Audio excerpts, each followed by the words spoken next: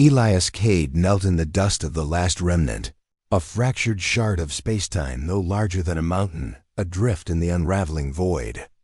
The universe was dying, and he was all that remained of its most stubborn children. Stars had guttered out like candles in a hurricane, galaxies torn asunder by the inexorable expansion that now reversed itself into a crushing implosion.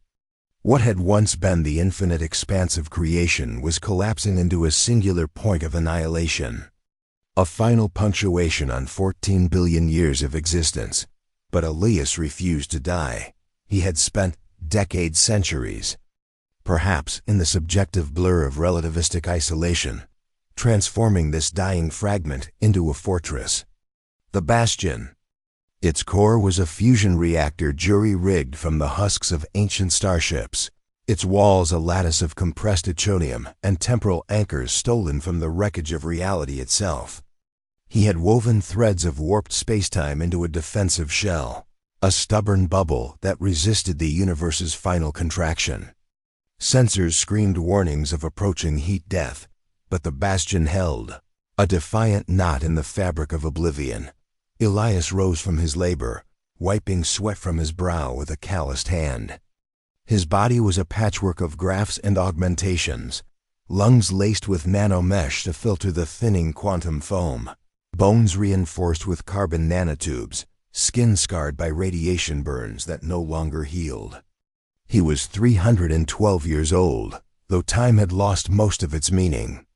His beard was a wild thicket, his eyes deep-set and shadowed, but the fire within them had not dimmed.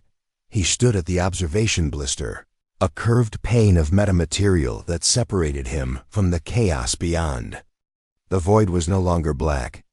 It was a roiling maelstrom of violet and crimson, where the laws of physics unraveled like frayed rope. Entire manifolds of spacetime folded and snapped, releasing bursts of hawking radiation that could incinerate worlds. Yet the Bastion endured, its generators humming a constant furious hymn of resistance. Why? Elias muttered to the empty chamber, his voice rough from disuse. He had asked himself the question 1,000 times. Humanity was extinct, the last arc ships lost to the Great Rip, the final colonies consumed by the accelerating collapse. Billions of souls reduced to echoes in the cosmic microwave background. He was alone, the final custodian of a species that had clawed its way from primal mud to the edge of godhood, only to be erased. But surrender was not in the human catalog of responses. Not when every ancestor from the first hominid, who stood against a saber-tooth, to the pioneers who breached the light barrier, had refused to yield. Elias had watched the end come, and in that watching, he had chosen defiance. He moved through the Bastion's corridors, boots clanging on decks worn smooth by solitary footsteps. The HAB modules were a museum of ghosts, holographic memorials flickering with the faces of the dead, data vaults crammed with the sum total of human knowledge, libraries of poetry and physics, symphonies and schematics, genomes and genomes of forgotten species. He paused at a small alcove containing a battered aluminum cross, salvaged from the ruins of New Jerusalem colony. It was not much, a crude symbol etched with a vibrook knife, but it anchored him. In the silence, he traced its contours with scarred fingers. This wasn't an accident, he said quietly, as he often did. Too much order in the chaos. Too much beauty in the math. Something intended for there to be life. The Bastion shuddered, a deep tremor that rattled loose rivets and set the reactor's gyros whining. Elias strode to the command deck, where banks of monitors painted a picture of impending catastrophe. The fragment was eroding, stripped away by the tidal forces of the final collapse. In objective time, whatever that meant anymore, the end was hours away. The universe would contract to a point of infinite density, then explode in a futile burst, only to repeat the cycle in sterile, lifeless symmetry. But Elias had a plan. Not a scheme born of desperation, but a calculated act of rebellion. The Bastion was more than a bunker. It was a seed.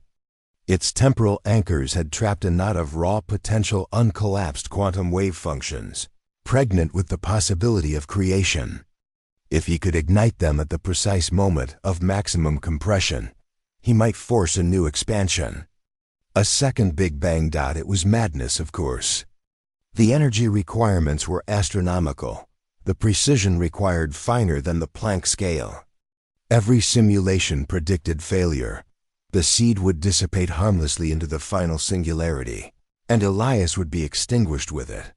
Yet the alternative, passively allowing the universe to die without witness, without protest, was unthinkable.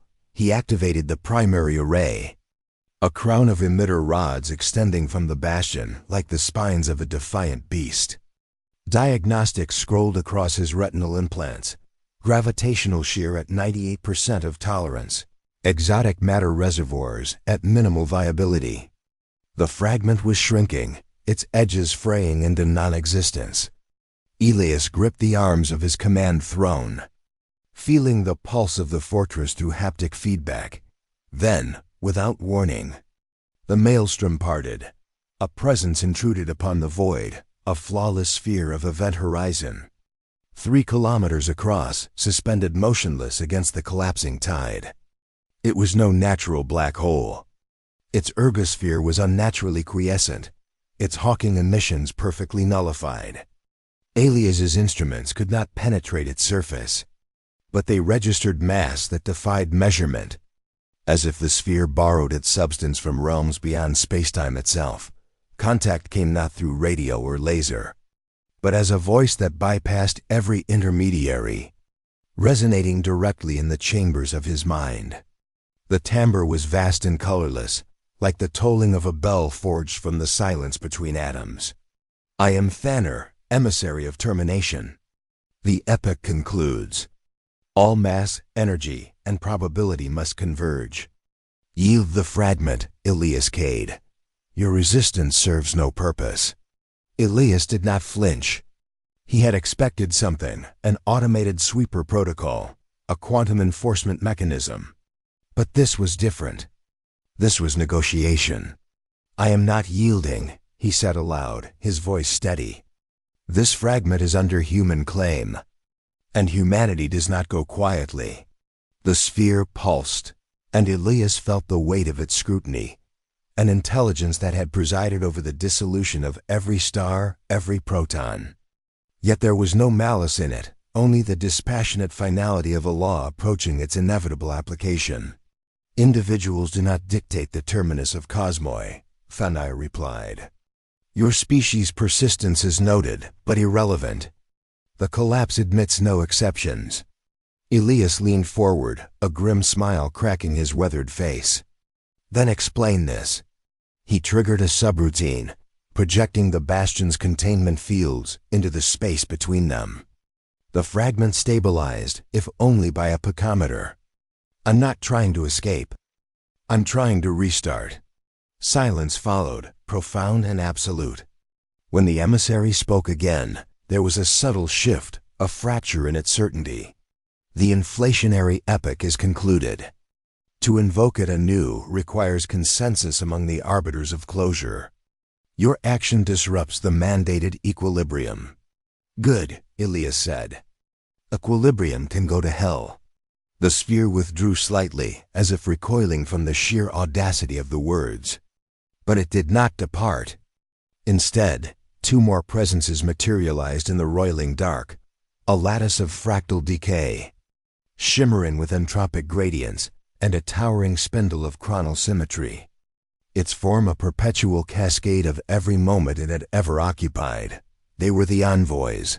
Elias had unknowingly provoked not mere functionaries, but representatives of the principles that enforce the end. Death, entropy, and time themselves had come to parley with the last human dot, and in that moment, as the final fragment trembled on the brink of oblivion, Elias Kade realized that his refusal to die had summoned forces which even the dying universe could not ignore. The command deck of the Bastion thrummed with the strain of maintaining its fragile bubble of reality. Elias Kade sat motionless in his throne, surrounded by the 3 envoys that had materialized from the collapsing void. The emissary of termination, Thunir, remained the flawless sphere of event horizon, a perfect nullification of all that existed. Beside it hovered the emissary of entropy, a fractal lattice of corroded geometry that shifted and dissolved even as it held form, its edges bleeding probability into disarray. The third, the emissary of time, was a vertical spindle of luminous contradiction, every instant of its presence overlaid upon itself, a shimmering tower that was simultaneously nascent, mature, and decayed. Elias felt their regard like the pressure of an unyielding atmosphere, a collective awareness that spanned the lifespan of the cosmos. These were not machines or subordinate intelligences.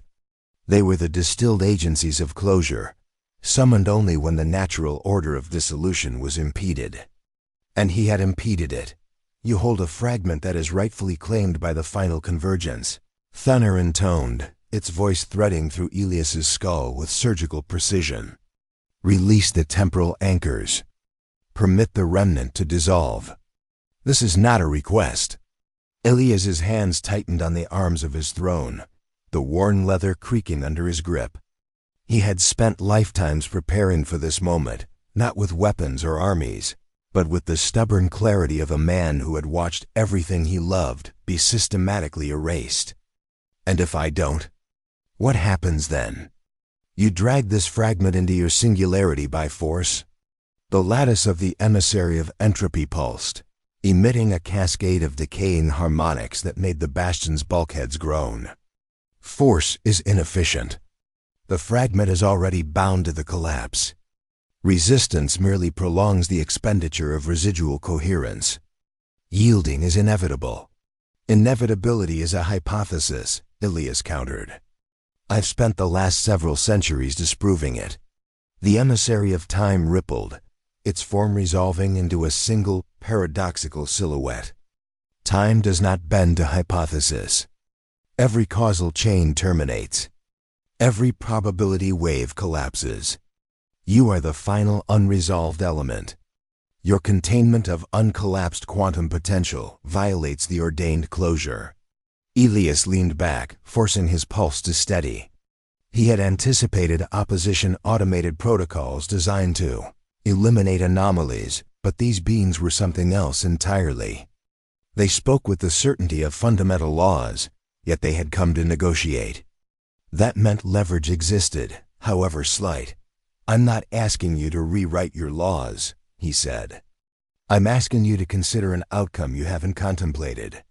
This fragment isn't just a stubborn holdout. It's a viable ignition point. At the moment of maximum compression, I can force the release of its contained wave function. A new inflationary epoch. A second universe. The envoys were silent, their forms motionless against the seething chaos beyond the Bastion's shields. Elias felt the weight of their scrutiny intensify, probing the structure of his proposal, dissecting the mathematics of his claim. The silence stretched, marked only by the tortured hum of the fortress's generators. Inflation is not a repeatable process, Thunir finally replied. The conditions of the primordial epoch are irreproducible. The energy density of your fragment is insufficient by a factor of 10 to the power of 118. The attempt will consume the remnant without consequence. Elias had run the numbers himself. Every simulation confirmed their verdict. But he had also seen humanity defy equivalent impossibilities, not through superior force, but through the relentless accumulation of improbable margins. Then tell me this, he said. Why did you come here to negotiate if my failure is predetermined? Another silence followed, deeper and more profound. The emissary of time spoke first. The presence of sustained volition within the final collapse is unprecedented. No prior epoch has contained a conscious entity capable of artificially preserving a fragment through its terminal phase. This deviation requires adjudication. Elias seized the opening. Adjudication implies a decision. If my proposal is impossible, then rule against me.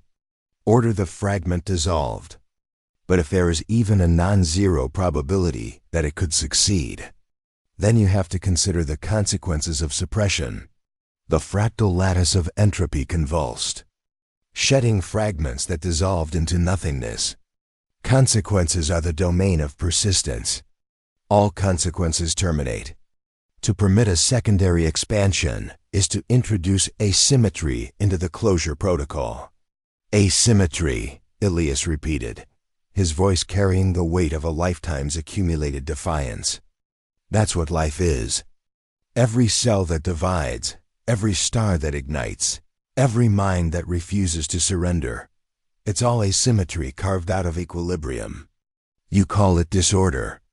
We call it creation. The envoys did not respond immediately.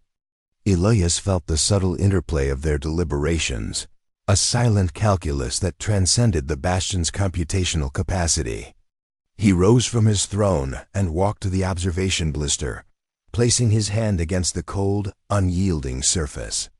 Beyond it, the universe was shredding itself into oblivion, spacetime reduced to a froth of Planck-scale turbulence. He could feel the fragment eroding beneath his feet, the inexorable tide that had claimed everything else in the solitude of those final moments. Doubt gnawed at him, not the abstract uncertainty of failure, but the personal weight of isolation. He had no comrades to bolster him, no crowds to inspire, no legacy beyond the data vaults that would perish with him. Was this defiance an act of courage, or merely the desperate flailing of a man too stubborn to accept his own extinction? He pressed his palm harder against the blister, as if he could hold back the collapse through physical effort alone.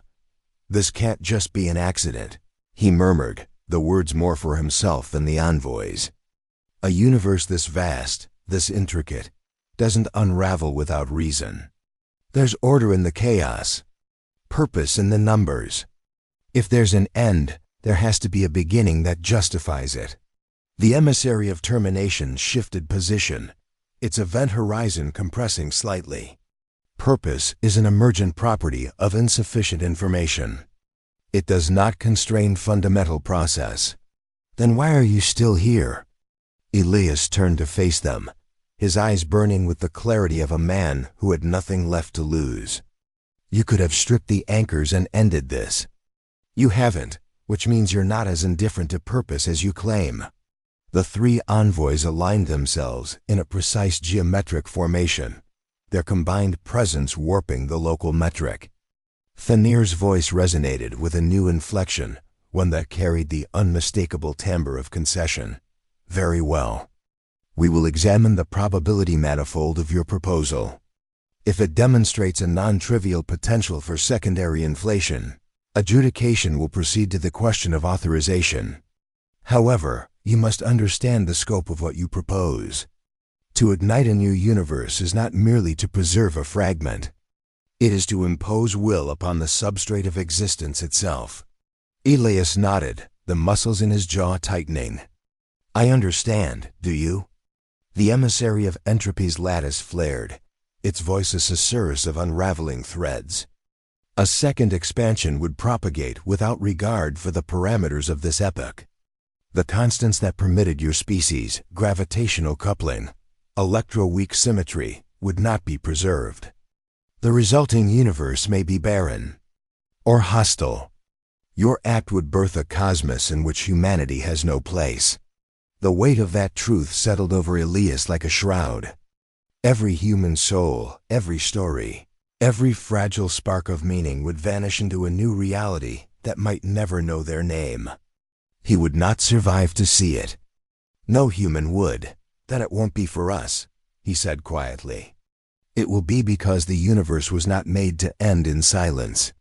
The envoys regarded him without reply, their forms poised in the heart of annihilation.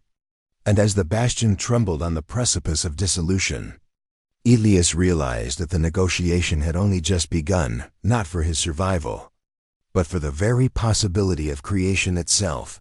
Elias Kade stood before the three envoys, the weight of their presence pressing against the fragile integrity of the Bastion. The command deck had become an arena of negotiation, its banks of flickering consoles and humming machinery, reduced to mere scenery for a confrontation that transcended the physical. The emissary of Termination, the emissary of Entropy, and the emissary of Time formed a silent tribunal, their forms suspended in a configuration that subtly warped the local geometry. Holding the collapsing void at bay, you propose to force a secondary inflationary epoch, Fener said, its voice threading through the chamber with the precision of a scalpel. Yet the probability of success is indistinguishable from zero. Even if the contained wave function collapses into a transient expansion, sustaining it beyond the first instant requires conditions that no longer exist. The substrate of this cosmos has been exhausted. Elias did not dispute the numbers. He had wrestled with them in endless iterations, watching every model fail to breach the barrier of viability. But numbers were not destiny. They were maps, and maps could be redrawn by those willing to walk unmapped terrain. Probability is a statistical average, he replied. It doesn't dictate what happens in a single event. Every universe begins with odds no better than a fluctuation in a quantum vacuum. If that fluctuation can happen once, it can happen again. The emissary of Entropy's lattice shuddered, shedding cascades of fractal debris that dissolved into probability foam. Fluctuations are undirected. They produce no coherence, no structure. The primordial inflation required precise alignment of scalar fields alignment, which your fragment cannot replicate. You would ignite a disordered expansion, a spasm without consequence. Then test it, Elias said. He keyed a sequence into the command console, and the Bastion's primary diagnostic arrays came alive. Holographic manifolds unfolded around him, displaying the compressed knot of uncollapsed wave functions at the fragment's core, a seething reservoir of potential, held in suspension by the temporal anchors. Run your own analysis. Probe the structure. If you're right, there's nothing to fear. The envoys did not respond with words. Instead, their presences converged upon the holographic display, infiltrating the Bastion's computational substrate without resistance. Elias watched as exotic data flows, patterns no human system could contain, interrogated the wave function's topology. The fragment trembled under the scrutiny, its shielding flaring as the envoys extracted measurements from scales finer than the Planck length. Minutes passed in taut silence. Elias stood unmoving, his pulse a steady counterpoint to the groaning strain of the fortress. Doubt coiled within him, not of the plan's feasibility, but of its purpose. What was he truly fighting for? A new universe, born from the ashes of this one, would inherit none of the qualities that had defined humanity. No carbon-based life, no oxygen atmospheres, no minds capable of wonder or defiance. The data vaults, with their libraries of human achievement, would be meaningless artifacts, lost to a reality that could neither read nor comprehend them.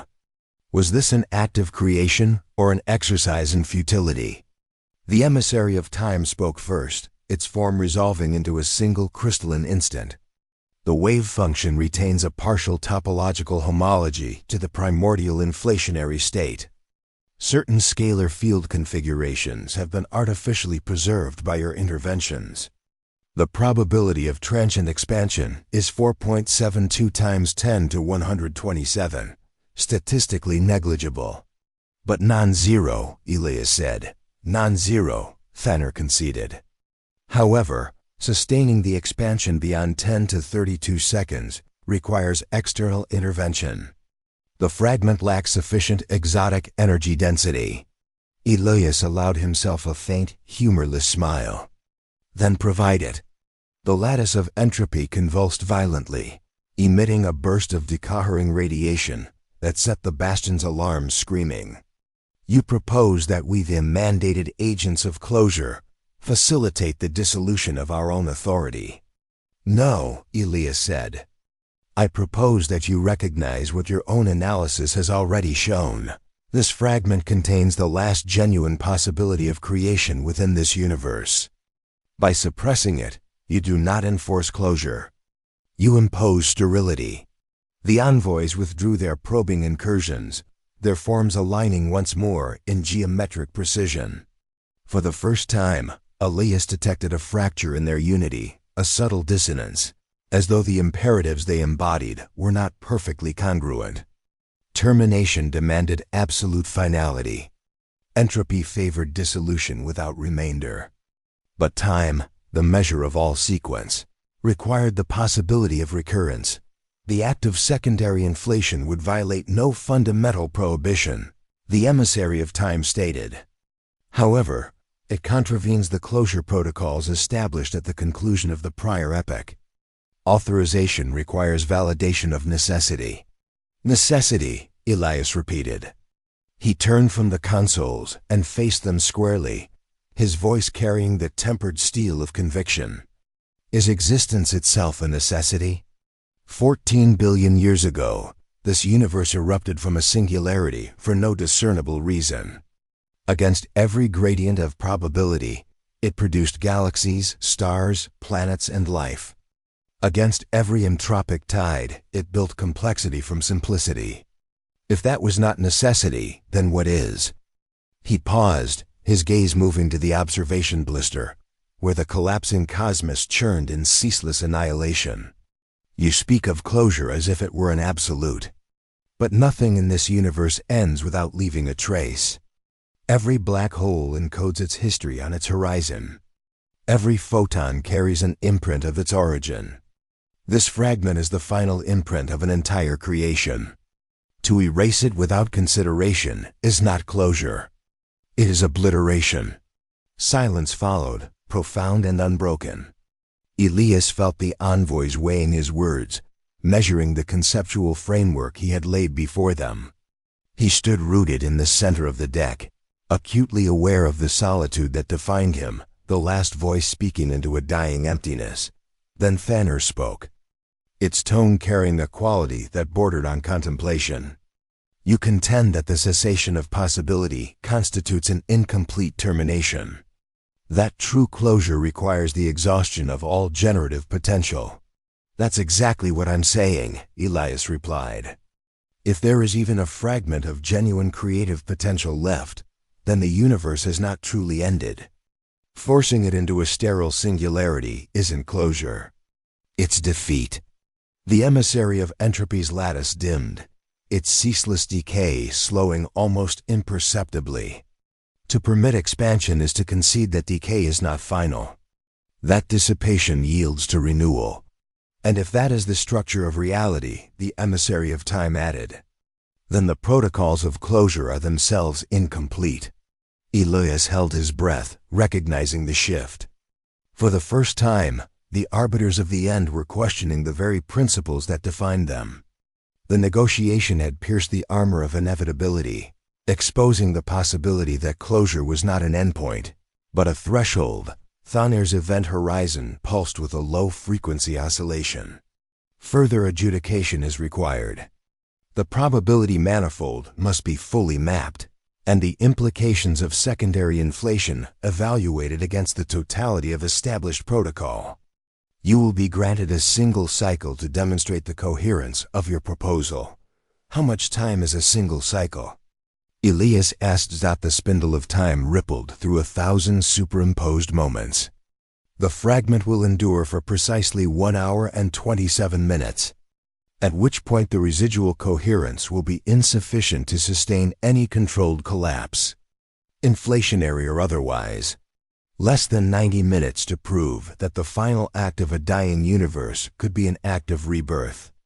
Elias nodded, suppressing the instinctive surge of adrenaline. Then we begin.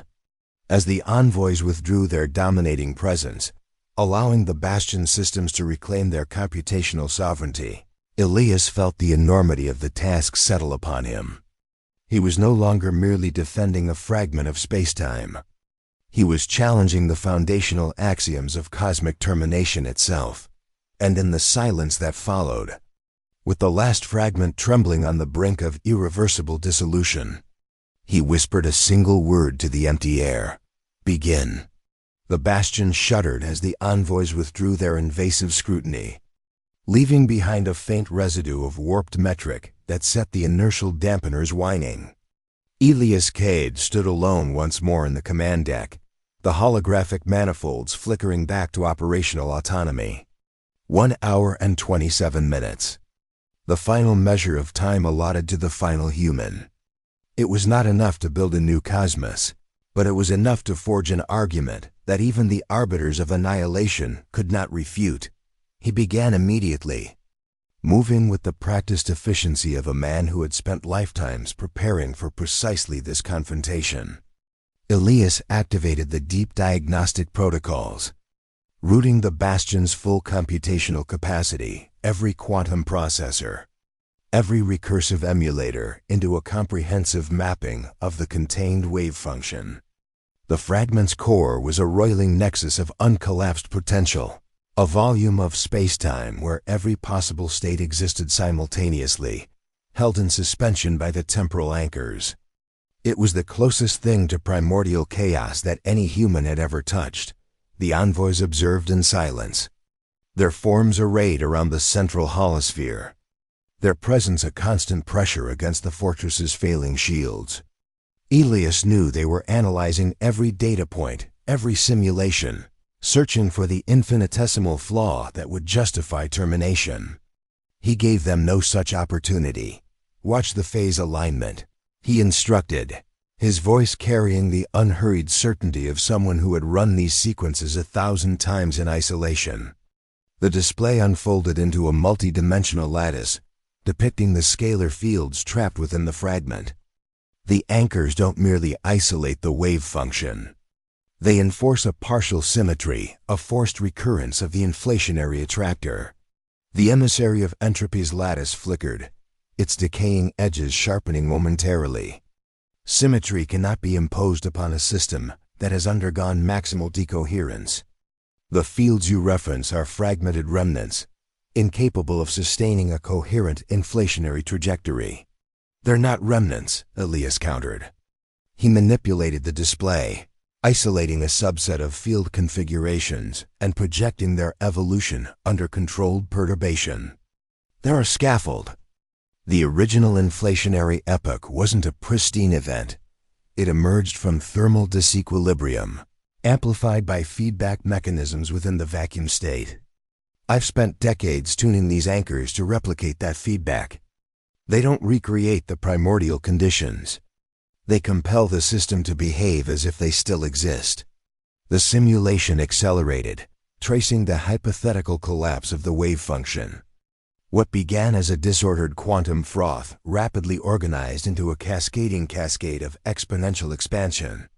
For a fleeting Y-32 seconds, the manifold mimicked the universe's birth, a horizon of inflating spacetime, diluting false vacua and smoothing causal irregularities. Then, inevitably, the expansion faltered, starved of the exotic energy required to persist. Thaner's event horizon pulsed.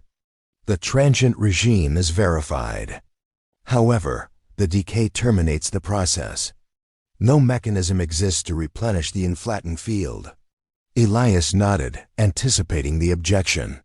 He transferred control to a secondary array, revealing the Bastion's most audacious modification, a lattice of synthetic false vacuum bubbles, each containing a precisely calibrated imbalance of Higgs potential. These reservoirs don't need to sustain inflation indefinitely. They only need to carry it through the first E-fold. Once the exponential expansion begins, the horizon itself provides the amplification. The universe bootstraps its own continuation. The envoys process the revelation in silence, their combined scrutiny dissecting the configuration with merciless precision. Elias watched the data flows, feeling the familiar tension of exposing a lifetime's work to judgment. This was no longer a solitary defiance. It was a demonstration, a proof that had to withstand the analysis of entities who embodied the very laws he sought to circumvent. As the simulation concluded, doubt pressed against him with renewed force. He had built the Bastion as an act of refusal, a refusal to let the universe end without witness. But what if the envoys were correct? What if this final exertion merely prolonged the inevitable, wasting the last coherent fragment of spacetime on a futile gesture? The weight of absolute solitude bore down upon him, the knowledge that no other voice, no other mind, would ever affirm or refute his choice. He pushed the doubt aside, focusing on the task. The simulations demonstrate viability, he said. Transient, yes. But the transition from transient to sustained expansion is a threshold event. Every universe crosses it once. This fragment retains the capacity to cross it again. The emissary of time rippled through its superimposed states. Threshold events are not assured by potential alone. The probability remains vanishingly small. Then consider the alternative, Elias replied, his voice steady and unyielding. Suppress this fragment. Force it into the singularity. You eliminate the final possibility of renewal, not because it is impossible, but because you preempt it. Is that closure, or is it the deliberate unmaking of creation? The lattice of entropy convulsed, shedding a cascade of decayed fragments. Creation is transient. All ordered states dissipate. To permit renewal is to deny the universality of decay. And yet decay itself presupposes prior generation, Elias pressed. There is no entropy without structure to unravel. If structure can emerge once from nothingness, it can emerge again.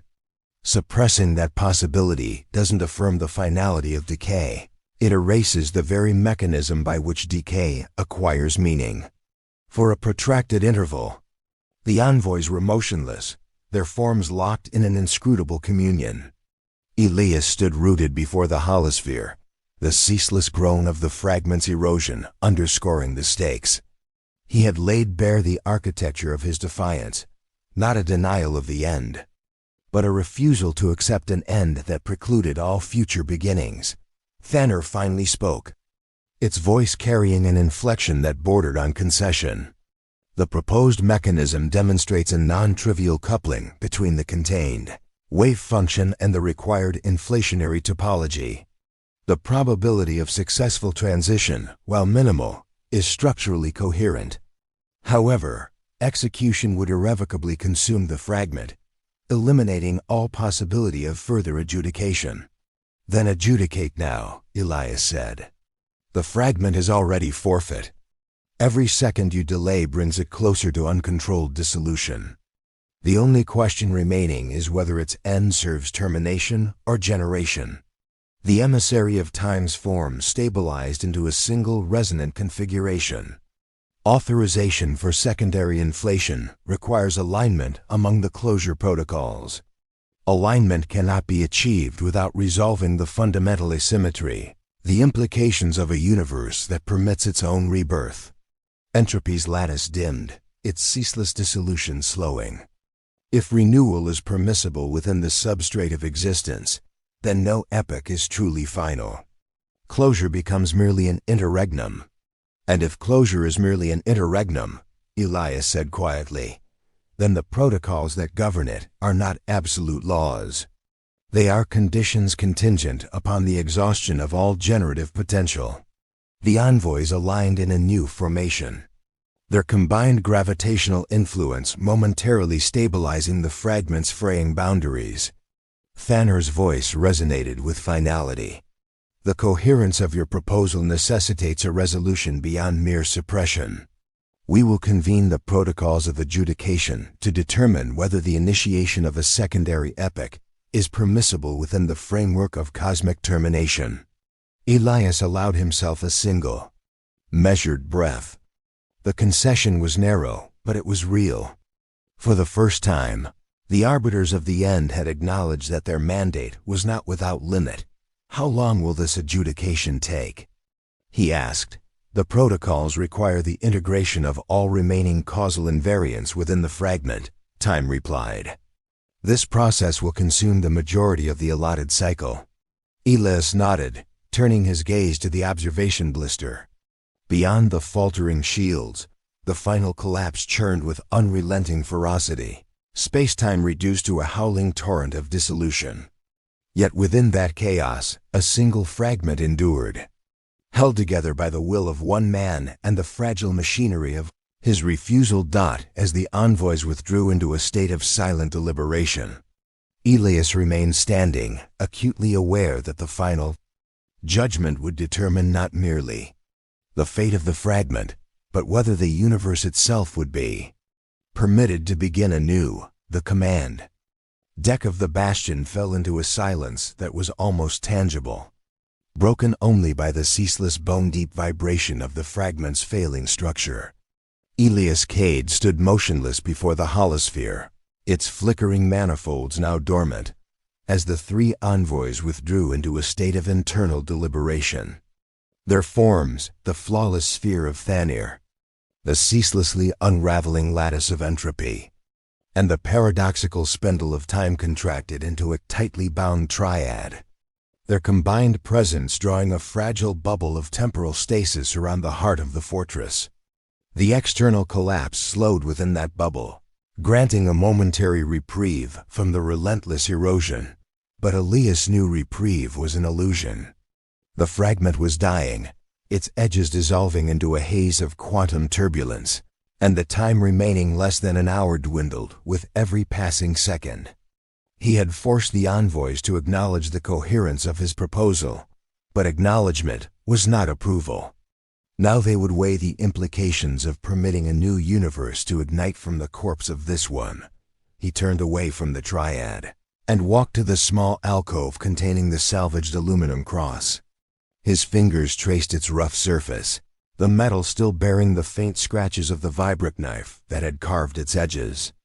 In the silence, with the arbiters of cosmic termination suspended mere meters away, he knelt. The act was neither dramatic nor performative. It was simply what a man did when faced with forces that dwarfed all comprehension. He closed his eyes and spoke, his voice barely above a whisper. "This isn't about me living forever," he said. "It's about whether anything gets to begin again. If there's a reason for all this, a design, a purpose, then let it show itself now." The envoys made no response. Their deliberation continued, inscrutable and absolute.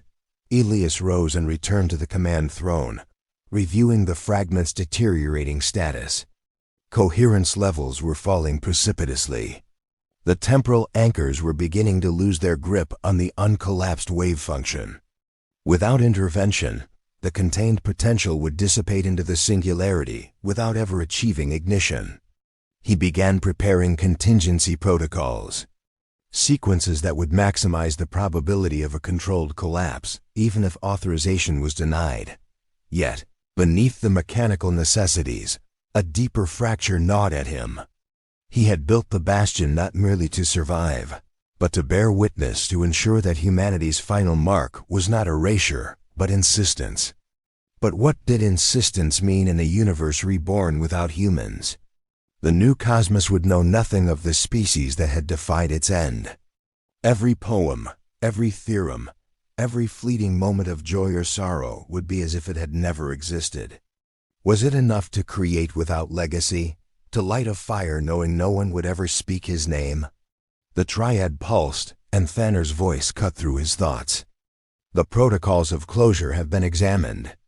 3 axioms govern the termination of an epoch: the total dissipation of ordered structure, the exhaustion of all causal potential, and the nullification of recursive mechanisms." Elias turned to face them. "And does this fragment violate those axioms?" Entropy's lattice flared briefly, shedding a cascade of decaying fragments. "It does. The contained wavefunction constitutes residual causal potential. Its forced collapse into an inflationary state would establish a recursive mechanism, linking the termination of this epoch to the initiation of another." Time's spindle shimmered through a cascade of simultaneous instants. The presence of volitional persistence within the final fragment further complicates nullification. Closure assumes the absence of directed agency. You represent an unresolved causal vector. Thanir's event horizon contracted, emitting a low-frequency resonance. Therefore, Complete closure cannot be achieved while the fragment remains in suspension. Suppression would eliminate the anomaly, but leave the axioms incompletely satisfied. Elias felt the shift in their reasoning like a sudden clearing of fog. Then suppressing the fragment doesn't achieve true termination. It creates an exception, a loose end in the very process you're meant to enforce. Precisely, Time affirmed. The protocols require that all generative capacity be exhausted. To forcibly dissipate the wavefunction without permitting its potential realization constitutes an incomplete termination. Then the logical conclusion is clear, Elias said, his voice steady despite the enormity of what followed. You have to let it try. The triad held its configuration, the silence stretching across seconds that felt like eternities. Finally, Entropy spoke, its voice carrying the sound of structures dissolving into fundamental disorder. To permit ignition is to concede that no epoch possesses absolute finality. Closure becomes a temporary condition, subject to the emergence of new potential. And yet, Time countered, if potential is an intrinsic property of the quantum substrate, if every true singularity contains the seed of recurrence, then closure cannot be absolute by definition. Thaner's voice resonated with the weight of irrevocable judgment. The protocols permit a single exception, the controlled release of residual generative capacity, provided that all other causal vectors have been exhausted. This fragment satisfies that criterion. Authorization is therefore granted. Elias allowed himself no visible reaction, though his pulse quickened. You're permitting the attempt. We are permitting the fragment to fulfill its generative potential, Thaner clarified. The probability of successful secondary inflation remains statistically negligible. Should the attempt fail, the resulting dissipation will satisfy the axioms of closure without remainder. Should it succeed, the new epoch will proceed independent of this one. Elias understood the distinction. This was not endorsement, but acquiescence to necessity. The envoys would allow the fragment to burn itself out in pursuit of rebirth, neither aiding nor obstructing the process.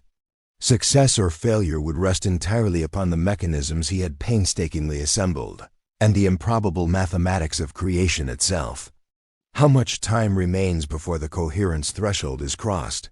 He asked. 23 minutes, Time replied. Beyond that point, controlled ignition becomes impossible. Elias moved immediately to the ignition array, bypassing diagnostics and routing all available power to the temporal anchors and vacuum reservoirs. The Bastion groaned under the sudden demand, its systems pushed to the edge of structural failure. He worked with the single-minded focus of a man who had prepared for this moment across lifetimes, calibrating field alignments, synchronizing the collapse sequence, and establishing feedback loops to maximize the exponential amplification of even the weakest inflationary onset. As the final preparations locked into place, he paused, looking across the deck at the triad of envoys. You've enforced the end of everything else. Stars, galaxies, civilizations. Why hesitate now? Thaner's response was immediate and uninflected. The end admits no exceptions, but neither does it preclude the possibility of continuation inherent within its own mechanisms. Elias nodded, understanding the subtle truth they had finally conceded. The end was not absolute destruction, but transformation. Even annihilation carried within it the latent possibility of genesis.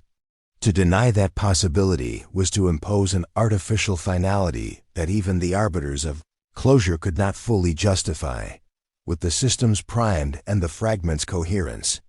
Hanging by the slenderest of threads, Elias took his place in the command throne. The holosphere displayed a countdown, 11 minutes, until the window of controlled ignition closed forever.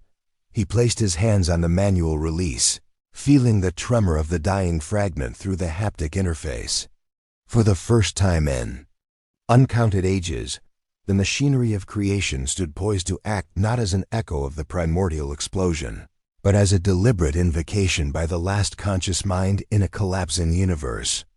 And as the final moments approached, with the arbiters of termination bearing witness to an act that would either fulfill or shatter their protocols, Elias understood that the boundary between endings and beginnings was far thinner than any of them had believed.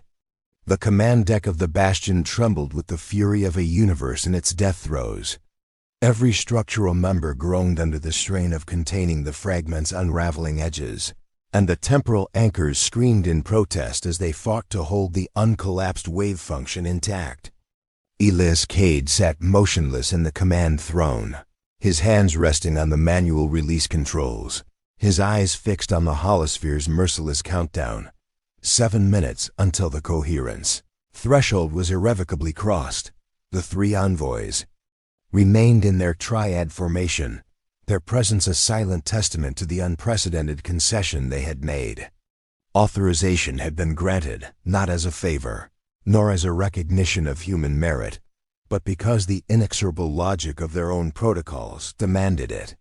The fragment contained the final ember of generative potential within this cosmos.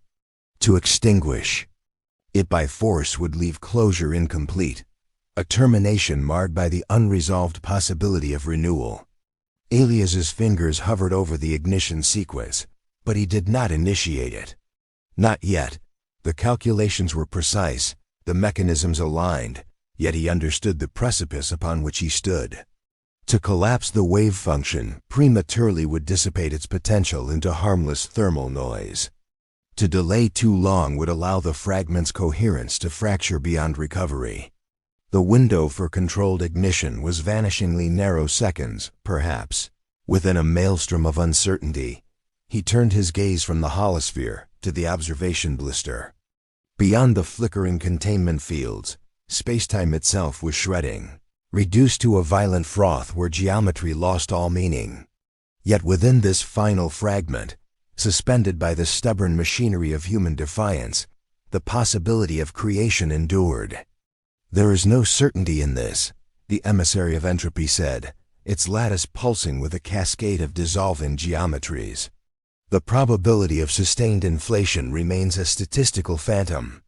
You stand at the edge of a discontinuity that consumes all structure." "I know," Elias replied without turning. "Every beginning does." He brought up the final diagnostic array, reviewing the state of the contained wave function. The holosphere displayed a seething hypersurface of probability, a volume, where every possible configuration of scalar fields, every potential alignment of vacuum energies, existed simultaneously. It was chaos held in abeyance, pregnant with the latent capacity to birth an ordered universe. The temporal anchors had preserved it against the universal tide of decoherence, but their grip was failing. Fractures were appearing in the containment, manifold, leaking potential into the surrounding collapse. 6 minutes. Elias initiated the pre-ignition cascade, gradually relaxing the primary anchor fields while simultaneously charging the false vacuum reservoirs. The Bastion shuddered violently as the reservoirs destabilized, creating microscopic bubbles of higher energy vacuum within the fragment's core. Each bubble represented a localized violation of the prevailing vacuum state, precisely the kind of imbalance that had fueled the original inflationary epoch. The wave function responded immediately, its internal structure tightening around the perturbations, organizing itself toward the attractor of exponential expansion. The effort extracted a brutal toll. Power conduits ruptured, venting plasma into the outer compartments, and the neutronium bracing began to deform under the gravitational shear. Elias ignored the cascading failures, focusing solely on the central holosphere. The probability of successful transition had risen from infinitesimal to merely improbable. 1 chance in 10 billion that the cascade would achieve sufficient coherence to cross the inflationary threshold. 5 minutes, doubt, which had been held at bay through preparation and necessity, now pressed against him with renewed force. He had built the Bastion to refuse a meaningless end, but what he was about to attempt was something greater and far more uncertain. Success would consume him utterly, erasing every trace of humanity from existence. Failure would leave nothing but a silent singularity, the final punctuation on 14 billion years of creation. There would be no survivors to record the outcome, no posterity to judge the attempt. Only the act itself would remain, suspended in the substrate of reality. He rested his hands on the worn arms of the throne, feeling the vibration of the dying fragment through the metal. In that moment, surrounded by the machinery of his defiance and the silent witnesses of cosmic termination, he spoke to the empty air. None of this was an accident. Not the constants that permitted stars to burn, nor the improbable chemistry that permitted life to arise. Not the minds that looked into the void and demanded meaning. If there is purpose woven into the fabric of existence, then let it be proven now not in preservation, but in the capacity to begin again. 4 minutes. The wave function reached peak perturbation. The false vacuum bubbles began to nucleate in synchronized cascades, their collective imbalance forcing the scalar fields into alignment. The holosphere displayed the first faint glimmer of exponential expansion, a trench and horizon forming within the fragment, rapidly inflating to encompass the entire contained volume. For the first time in 14 billion years, the machinery of creation was operating under deliberate control. The emissary of time spoke, its voice threading through the rising clamor of failing systems. The threshold approaches. If the inflationary phase does not achieve self-sustaining amplification within the next 112 seconds, the wave function will decay into thermal equilibrium. The possibility of secondary expansion will be extinguished. Elias nodded, his attention never leaving the holosphere. The containment fields were collapsing, the fragment's outer layers shearing away into the final collapse, but the core remained intact. The nascent inflationary horizon continued to expand, diluting the energy density within its volume and smoothing the chaotic topology of the wave function. It was working, but barely. The Bastion's primary reactor reached critical overload, its containment failing in spectacular cascades of ionized plasma. Bulkheads buckled, and the lights dimmed as auxiliary systems struggled to compensate. Elias manually overrode the emergency shutdowns, diverting every remaining joule of energy into the ignition array. The fragment was coming apart, but the wave function within it was coalescing toward a singular, improbable outcome. 30 seconds. The holosphere showed the inflationary horizon achieving its first complete E-fold, doubling the scale of spacetime within the fragment. The probability of sustained expansion climbed to 7%, a number that, in any other context, would have been dismissed as negligible. But 7% was enough. Elias placed his hands on the final release controls. The decision was his alone, to trigger the complete collapse of the anchor fields and commit the entire wave function to the inflationary cascade, or to abort and preserve the fragment for another attempt that would never come. There is no retreat from this threshold. Thanner stated, "I never intended there to be." Elias replied, with the fragment disintegrating around him and the final seconds ticking away, he executed the release. The temporal anchors collapsed in a single coordinated implosion, unleashing the full, unrestrained potential of the contained wave function. A horizon of pure creation erupted within the dying fragment, consuming every trace of its origin in an unstoppable tide of exponential expansion. And as the Bastion and the last remnant of humanity was swept into the heart of a new genesis, Elias Kade witnessed the final, irrevocable truth. Endings were not terminal, but fertile. The Bastion ceased to exist in any meaningful sense. The temporal anchors had been obliterated in the act of release, and the fortress, every bulkhead, every conduit, every fragment of neutronium and human ingenuity was consumed in the instantaneous, exponential expansion that erupted from its core. Elias Kade remained, suspended within a realm where the very definition of containment had been annihilated. The holosphere was gone. The command deck was gone. The fragment itself had been transformed into a horizon of unrelenting growth, a surface of inflating spacetime that expanded faster than any signal could traverse it. Elias existed within the event boundary of creation. His augmented consciousness held together by emergency stasis fields that were themselves unraveling in the tidal forces of the new epoch. What he perceived was no longer a dying remnant, but the raw, unfiltered birth of a universe. The wave function had collapsed into a singular trajectory, exponential inflation. Spacetime itself was multiplying, every cubic Planck length spawning countless daughters in a cascade of geometric frenzy. The chaotic topology of the fragment's interior was being smoothed, causal horizons forming and separating faster than light itself could propagate.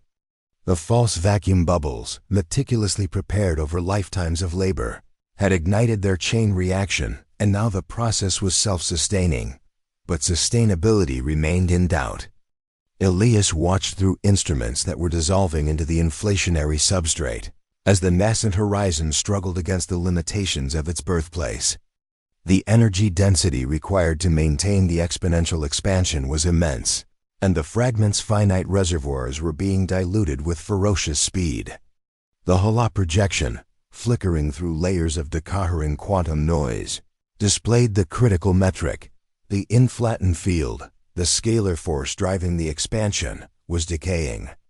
Every E-fold consumed a fraction of its potency, and without replenishment, the cascade would falter, leaving a fleeting bubble of expanded spacetime to collapse back into thermal oblivion. The emissary of Termination's voice reached him, transmitted through channels that defied the expanding horizon. The inflationary phase is transient. The field amplitude has fallen below the critical threshold. Without external amplification, the expansion will terminate within 10 to 29 seconds. Elias felt the weight of that pronouncement, but it did not shake him. He had known the risk from the beginning.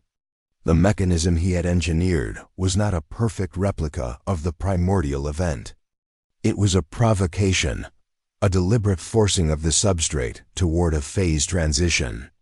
The true test was not in achieving inflation, but in surviving its conclusion. Inflation always ends, he said, his voice steady even as his surroundings disintegrated. The question is what comes after. He triggered the final contingency, a sequence embedded within the wave function's architecture, a network of precisely tuned quantum fluctuations designed to exploit the natural decay of the inflattened field. As the scalar field rolled down its potential, releasing its stored energy in a cataclysmic reheating, these fluctuations were amplified into macroscopic density, perturbations, seeds of structure that would prevent the universe from collapsing into a homogeneous soup. The inflationary horizon reached its maximum extent, encompassing a volume 100 billion times larger than the original fragment. Then, with a violence that defied measurement, the expansion halted. The inflattened field collapsed, converting its energy into a seething plasma of relativistic particles. Spacetime, now vastly expanded and flattened, stood on the precipice of either rebirth or annihilation. Elias's instruments recorded the outcome. The pre-planted fluctuations had survived the reheating phase. Where uniformity would have led to recollapse, the subtle irregularities provided nucleation points for gravitational instability. The universe did not implode. Instead, it began to cool, the primordial plasma expanding into a cosmos capable of forming structure. The emissary of Entropy spoke, its voice carrying through the fading horizon. The secondary epoch has achieved decoupling. Expansion proceeds without termination. The wave function has successfully transitioned from inflationary instability to thermal equilibrium. Thanor's presence followed, its tone devoid of inflection, yet resonant with the finality of witnessed transformation. The generative potential of the fragment has been exhausted through the creation of a new causal manifold. The axioms of closure are satisfied. Elias felt no triumph, only the quiet recognition of completion. The universe he had fought to resurrect was not a continuation of his own. Its physical constants, while broadly similar, were the product of the chaotic fluctuations he had engineered, constants that might permit galaxies and stars, but which bore no guarantee of carbon chemistry or neural complexity. Humanity, as he had known it, would have no place in this new creation. Every record, every archive, every testament of the species that had defied the end was lost in the inflationary dilution. Yet the loss was not futility. The silence of absolute extinction had been refused. Where there had been only a sterile singularity, there was now expansion, potential. The faint whisper of future possibility. The envoys materialized within the expanding plasma. Their forms no longer constrained by the collapse but adapted to the emergent geometry. The protocols of this epoch are concluded, Thanir stated. The new manifold proceeds independently. Its termination, when it comes, will be adjudicated by its own arbiters. Then it's done, Elias said. He regarded the three presences, their forms now spectral against the cooling radiation. You came to enforce an end. What you enforced was a beginning. The end permitted the beginning, the emissary of time replied. Closure is not negation. It is the precondition for recurrence. Elias understood. The act of termination was never absolute obliteration, but the clearing of a slate upon which new order could be imposed. The fragment had been the final unresolved variable, and its resolution had ensured that no potential remained trapped in limbo. Creation had been permitted because its suppression would have left the universe incomplete as the stasis fields that sustained him began to fail.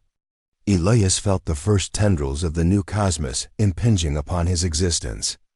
The expanding plasma washed over him, dissolving the last vestiges of his physical form. There was no pain, only the sensation of becoming indistinguishable from the substrate itself. In that final moment, with the envoys bearing witness and the newborn universe filling all available existence, he spoke one last time. It was never about saving ourselves. It was about making sure there was something worth saving. The last human vanished into the plasma, his substance scattered across the nascent horizon. The envoys withdrew, their purpose fulfilled. And in the boundless expanse of a universe born anew, the silence was no longer final. It was the first breath of possibility. Elias Kade no longer possessed a body in any conventional sense. The physical structure of the Bastion, the very molecules that had sustained his existence, had been obliterated in the cataclysmic transition from inflationary expansion to thermal equilibrium. Yet a fragment of his consciousness persisted, sustained by the final reserves of the Bastion's quantum. Substrate a distributed neural manifold woven into the temporal anchors and dispersed across the inflationary horizon itself. He existed as a pattern, a cascade of information propagating through the seething plasma of the newborn universe. The physical constants around him were settling, the fine structure constant, the gravitational coupling, the ratio of proton to electron mass, all established through the chaotic amplification of the quantum fluctuations he had meticulously seeded. This new cosmos was not a replica of the one he had known. It was a variation, born from the same substrate, but imprinted with the subtle irregularities that marked every true beginning. The three envoys remained present, their forms now diffuse projections within the expanding plasma, unbound by the constraints of collapsing spacetime. They regarded him without judgment, their purpose transformed from enforcers of termination to witnesses of completion. The new manifold is decoupled, Thanir stated, its voice resonating through the substrate of Elias's distributed consciousness. The axioms of closure have been fulfilled. The generative potential of the previous epoch has been transferred without remainder. Elias perceived the truth of their pronouncement. The fragment that had contained the last ember of creation was gone, its substance diluted across a volume that exceeded the observable universe of his former reality by orders of magnitude. Every data vault, every archive of human knowledge, Every material testament to 14 billion years of cosmic history had been reduced to thermal background. Yet that erasure was not defeat. It was completion. There's no longer a fragment to preserve. The emissary of entropy observed, its lattice dispersed through the relativistic plasma, decaying and reforming endless cycles. The substrate is homogenized. All causal vectors originating from the prior epoch have been resolved. Elias's consciousness flickered through the expanding medium, experiencing the universe as a symphony of fundamental interactions, quarks binding into hadrons, leptons streaming through the cooling firestorm. That was always the point, he replied. It wasn't about preserving a fragment. It was about ensuring that the end of one story permitted the beginning of another. The emissary of time. Its form, a shimmering wavefront propagating through the expanding geometry, responded with measured precision. Every epoch must have its witness. You fulfilled that role. With your dissolution, the transfer is complete. Elias understood the significance of that statement. He had been the final unresolved element, the persistent anomaly that prevented absolute closure. By committing the fragment to rebirth, he had eliminated himself as the last causal variable, allowing the protocols of termination to reach their intended conclusion. His existence had been necessary not for preservation, but for resolution, for ensuring that no potential remained trapped in limbo. As the final reserves of the quantum substrate began to dissipate, Elias felt the inexorable dissolution of his pattern. The plasma offered no purchase for sustained coherence. Every bit of information encoding his consciousness was being scattered and thermalized. There would be no record, no memorial, no surviving imprint. He would vanish as completely as every other structure that had preceded him into the inflationary horizon. In that moment of impending dissolution, a singular clarity settled over him. He had spent lifetimes constructing the machinery of defiance, driven by the refusal to accept a final sterile silence. Now facing absolute erasure, he discovered that the act of creation required no legacy, no enduring testament. The universe did not require observers to justify its existence. It required only the possibility of continuation. This is what it means to create, he said, his voice a fading resonance within the substrate. Not to endure forever, but to ensure that something follows, that the silence does not become permanent. The envoys offered no reply. Their purpose was fulfilled, and their presence began to fade, withdrawing from the expanding manifold. They had enforced the end, and in enforcing it, they had permitted the beginning.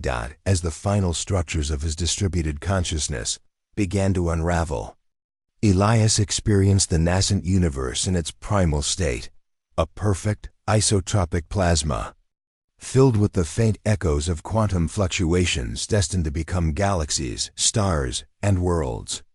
The cosmic microwave background was being established, carrying within its subtle anisotropies the seeds of all future structure. The act had succeeded.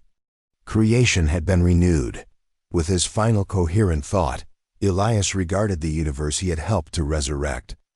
It was vast, impersonal, and utterly indifferent to the species that had catalyzed its birth. Yet in that indifference lay its potential, the possibility that in some remote corner of this new expanse, complexity would arise again, and with it, minds capable of perceiving the order that underpinned their existence. There was never any need to be remembered, he concluded silently, only to ensure that the capacity to remember continued. The last vestiges of his pattern dissolved into the thermal bath, indistinguishable from the countless other excitations that filled the expanding cosmos. Elias Kade, the final human, the last witness of a completed epoch, ceased to exist. No trace of his presence remained, no marker to delineate his passage. The universe proceeded without him, as it had always proceeded without any particular individual. Yet the absence of his existence did not equate to futility. The fragment that had once trembled on the brink of sterile annihilation had instead become the foundation of boundless possibility. The silence that followed was not the silence of extinction, but the silence of gestation, the quiet accumulation of potential that precedes every new beginning. And in that silence, with all remnants of the previous epoch finally resolved, the new universe expanded unencumbered, carrying within its fundamental structure the quiet affirmation that endings are not terminal, but transitional. The newborn universe expanded without memory, its vast plasma smoothing into uniformity, carrying within its subtle irregularities the faint promise of structure yet to come. Where once had stood the last fragment of a dying cosmos fortified by the will of a solitary human, there now existed only boundless expanse, indifferent to the act that had birthed it. Elias Kade was gone, his pattern scattered into thermal equilibrium, every trace of his existence diluted beyond recovery. The data vaults, the Bastion, the accumulated testimony of an entire species, all had been consumed, not in defeat, but in the necessary dissolution that permitted renewal. The three envoys, their purpose fulfilled, withdrew from the expanding manifold. Their forms, once towering presences within the confines of a collapsing fragment, dissolved into the fundamental substrate, their roles concluded. Closure had been achieved, not through the forcible suppression of all potential, but through its complete expenditure. The axioms they embodied had been satisfied, every ordered structure dissipated, every causal vector resolved, every possibility either extinguished or unleashed. Yet in the silence that followed, a truth lingered, woven into the very mechanism of the universe's rebirth. The final singularity, which should have marked absolute termination, had instead become the origin point of a new creation. The act of forcing a secondary inflationary epoch had revealed a fundamental property of cosmic finality. Endings, when stripped to their essence, are not barren voids but latent thresholds. The convergence of all mass and energy into a point of infinite density does not preclude emergence. It contains it. This was the quiet victory that transcended the absence of any surviving witness. Humanity had not endured. Its monuments had not been preserved. But the will that had refused a sterile conclusion, the relentless insistence that existence should not terminate without the possibility of continuance, had inscribed itself into the structure of reality itself. The mechanism by which a universe could rise from its own annihilation had been demonstrated, not as an abstract probability, but as an act of deliberate invocation. In the epochs to come, when the first condensations of matter coalesced into stars and galaxies within this new creation, no record would exist of the man who had stood against the final collapse. No archive would preserve the story of the Bastion or the negotiation with beings who embodied the principles of termination. Yet the substrate of the cosmos would carry the consequence of that refusal, the knowledge, embedded in the laws of inflation and reheating, that endings are not absolute. Every universe that ever reaches its terminal phase will contain, within the very process of its dissolution, the capacity for rebirth. This was the measure of defiance that outlasted all material forms. The human spirit embodied in a single solitary custodian had not conquered death, nor achieved immortality for its creations.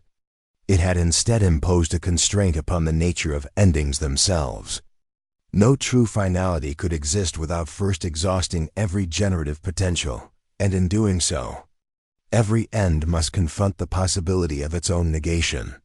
The universe proceeded, vast and unremembering, its expansion continuing through billions of years. Stars ignited from quantum fluctuations that had been carefully seeded in the moment of rebirth. Planets coalesced from the debris of supernova.